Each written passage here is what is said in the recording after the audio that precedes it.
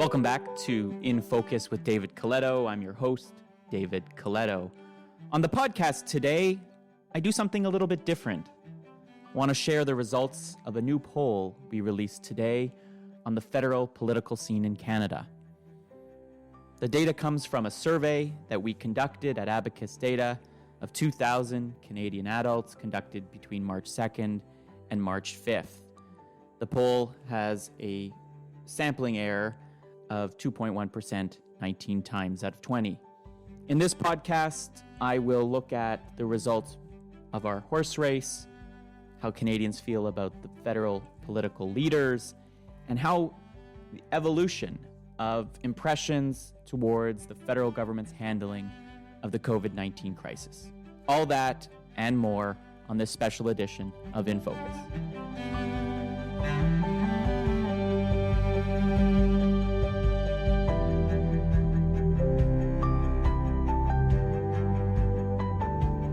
Thanks for listening to this special episode of In Focus with David Coletto. Today, my colleague Bruce Anderson and I released new polling numbers on the state of Canadian politics. We found that the Liberals have regained the lead as the mood of the country seems to have brightened. Our latest polling shows that if an election were held today, the Liberals would get about 34% of the vote, up slightly from last month. The Conservatives are at 30%, the Democrats at 18%, and the Greens at 7%. Back at the beginning of February, we had a much closer race with the Liberals and Conservatives separated by a single point.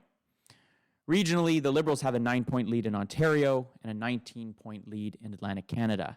In Quebec, the Liberals and the Bloc are statistically tied, while in BC, we continue to find a close three-way race between the Conservatives, the New Democrats, and the Liberals.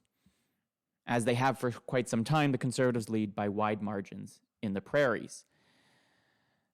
Now, one thing that we added new to this survey, as we've done in the lead up to past elections, is we asked Canadians to what extent they want change in government.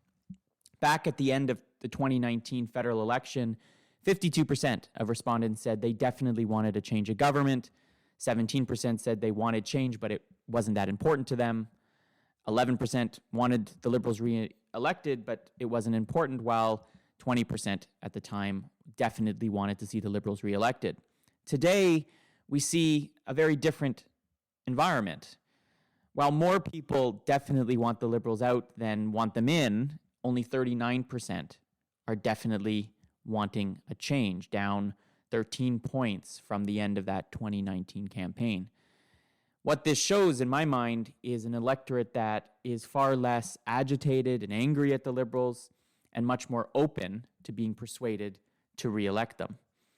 When it comes to some of the political fundamentals, we don't see a whole lot of change. Mr. Trudeau's personal numbers remain pretty consistent from our last survey. 40% have a negative view of the Prime Minister, compared to 37% who view him positively. NDP leader Jagmeet Singh continues to have the best net favorable rating, 34% positive, 25% negative. That's largely the same as it was at the beginning of last month. But for Conservative leader Erin O'Toole, our trend line, it does not look positive. Over the last number of months, his negatives have risen. He now has 32% of Canadians having a negative view of him, compared to 20% who view him positively. Those positive numbers have not moved in 3 months.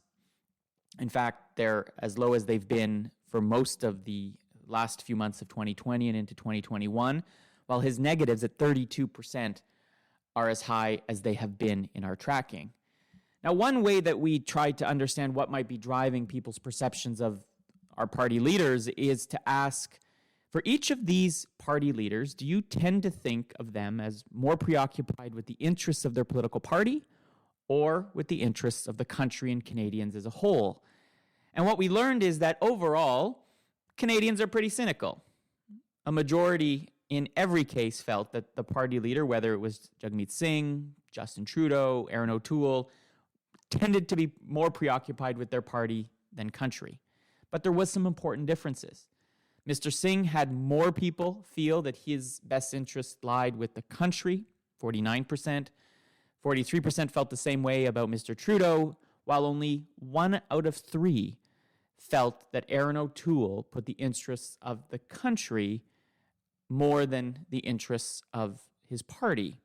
And even more important, when we look at those who are open to voting for each of these parties, about 40% open to voting NDP, about 51% vote open to voting Liberal, and about 45% open to voting for the Conservatives, we see the same pattern. Less than half of those open to voting Conservative believe that Erin O'Toole tends to be more preoccupied with the interests of the country than the interests of the party. In my mind, that is a signal that Mr. O'Toole continues to have significant challenges. Our survey also continued to explore how Canadians are feeling about the federal government's performance when it comes to COVID-19. And for the most part, we find that clear majorities feel the government is doing either an excellent or acceptable job in almost every area that we explored. For example, sharing timely and useful information about the pandemic. 3/4 think the government's doing an excellent or acceptable job. Supporting the economic needs of Canadians, similar numbers. Supporting the provincial government, similar numbers. Finding the right balance between protecting health and the economy, a little lower there, 1/3 give the government poor or terrible grades, but generally speaking, still very positive. On one of the areas where we had seen in past surveys a growing disappointment, perhaps anger, perhaps impatience, was on how the government's done in getting vaccines that Canadians need in a timely fashion.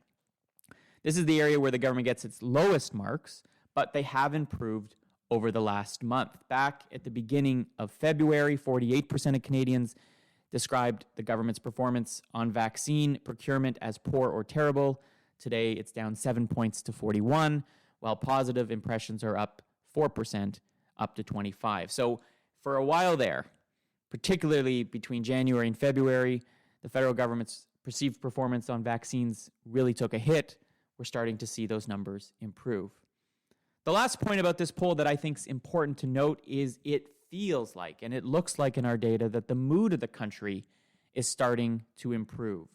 When we ask people, do they think the country's headed in the right direction or in the wrong direction, 42% feel it's headed in the right direction. That's the highest it's been since November.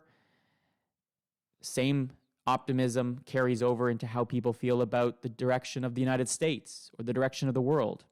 30% feel the U.S. is headed in the right direction. That is the highest it has been since we have tracked that question.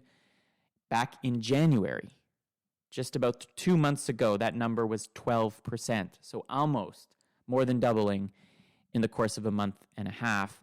28% of Canadians feel the rest of the world is headed in the right direction. And so when I look at what all these numbers mean, the political environment for the governing Liberals has improved since our last report in early February. The Liberals have regained a clear lead over the Conservative. Impressions of the government's handling of the pandemic, especially vaccine procurement, are improving, and the desire for change is considerably lower than it was at the start and end of the 2019 Canadian general election. As the Conservative Party rolls out an ad campaign to introduce its leader to Canadians, these numbers iterate the challenge facing Mr. O'Toole because his negatives continue to rise. More people think he's focused on the interests of his party rather than the country, and the desire for change is doing little to push his party's support up. For more details about this poll, visit abacusdata.ca, where you'll find all the graphics, all the details, and the methodology. If you enjoyed this podcast, I encourage you to subscribe. Please rate us if you like what you hear, so that we can get this podcast out to more people. Until next time, thanks for listening and have a great day.